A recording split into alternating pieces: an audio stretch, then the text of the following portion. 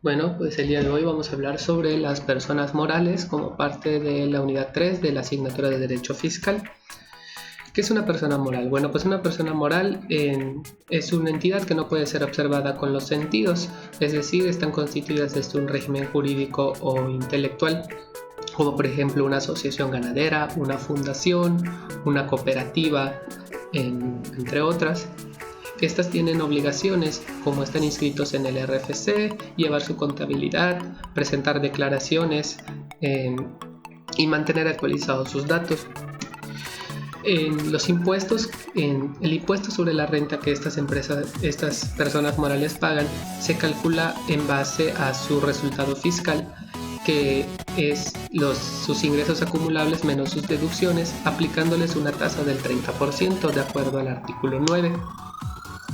Este impuesto se pagará por medio de una declaración ante las dependencias o oficinas autorizadas. Se dice que se liquidan. Las personas morales pueden liquidarse cuando dejan de ser residentes en México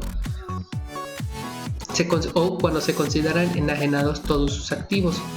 En este caso, se tendrá que designar a un representante legal quien resguardará toda la información, documentos y contabilidad por mínimo durante 5 años. Cuando una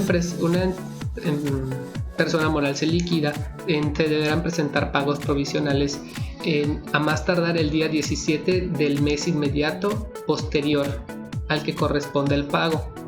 Es decir, si la empresa se liquida en enero o empieza a liquidarse en enero, se tendrá que realizar el primer pago provisional el 17 de febrero.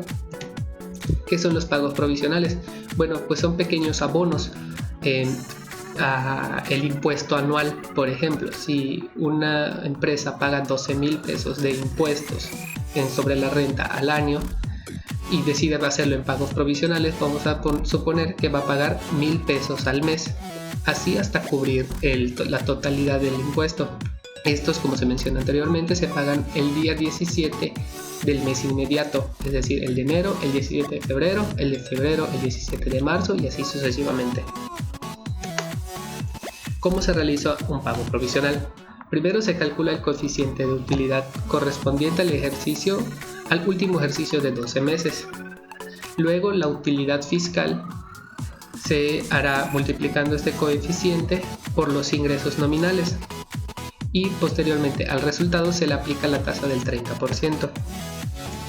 ¿Cómo se calcula el coeficiente de utilidad? Bueno, pues cuando existe utilidad fiscal, el coeficiente de utilidad es la utilidad fiscal del ejercicio más deducciones inmediatas y rendimientos en caso de las cooperativas entre ingresos nominales.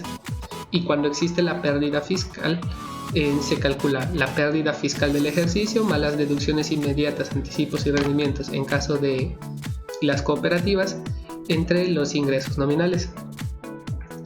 Y posteriormente se usa la siguiente tabla para calcular los pagos provisionales, que son los ingresos nominales más los ingresos nominales del mes anterior, que es igual a los ingresos del periodo, por el coeficiente de utilidad, que es igual a la utilidad fiscal para el pago provisional, más el inventario si existiera, menos las pérdidas fiscales si hubieron en el ejercicio anterior, igual a la base del pago, o sea, a la cual se le aplicará el 30%. También para los pagos provisionales se toma en cuenta la participación de los trabajadores en las utilidades, pero estas únicamente se pagan entre abril y mayo, por lo que si estamos calculando el pago provisional de enero y febrero y marzo, no las vamos a tomar en cuenta.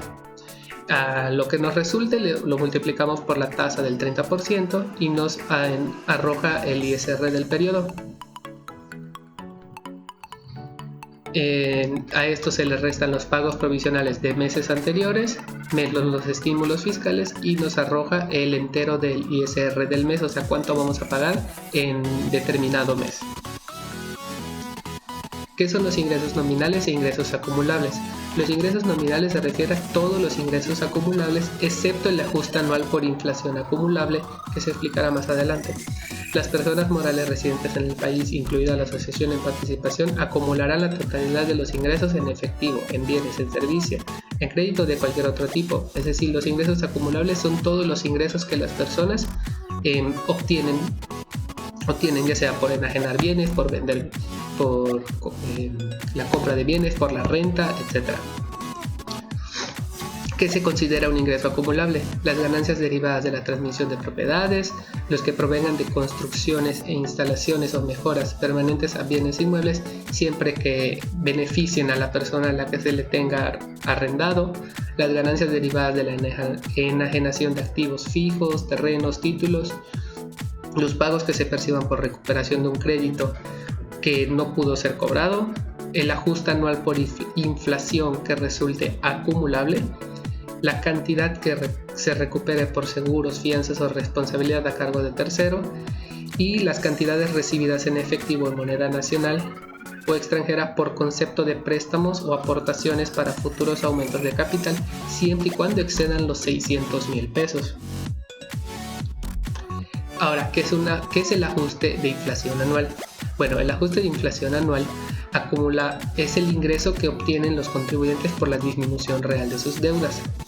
El ajuste anual de inflación se determina de la siguiente manera: determinar el saldo promedio anual de sus deudas y el saldo promedio anual de sus créditos. El saldo promedio anual de los créditos o deudas será la suma de los saldos al último día de cada uno de los meses del ejercicio, dividida entre el número de meses del ejercicio. El factor de ajuste anual será el que se obtenga de restar la unidad al cociente que se obtenga de dividir el índice nacional de precios al consumidor del último mes del ejercicio entre el índice del último mes del ejercicio inmediato anterior. En dado caso de que el ejercicio sea menor a 12 meses, el factor de ajuste anual se obtendrá de la siguiente manera: restando la unidad, es decir, 1, al cociente de dividir el índice nacional de precios del último mes del ejercicio entre el índice del mes inmediato anterior al del primer mes del ejercicio de que se trate. Ahora, ¿cuándo es acumulable y cuándo es deducible? Cuando el saldo promedio anual de las deudas sea mayor que el saldo promedio anual de los créditos, es decir, las deudas son mayores a los créditos, el resultado será un ajuste anual por inflación acumulable.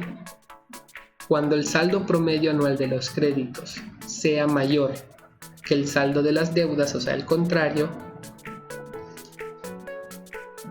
el resultado será un ajuste anual deducible. Se dice que igual que las personas morales pueden tener pérdida fiscal. ¿Qué es la pérdida fiscal? La pérdida fiscal se obtendrá de la diferencia entre los ingresos acumulables del ejercicio y las deducciones autorizadas.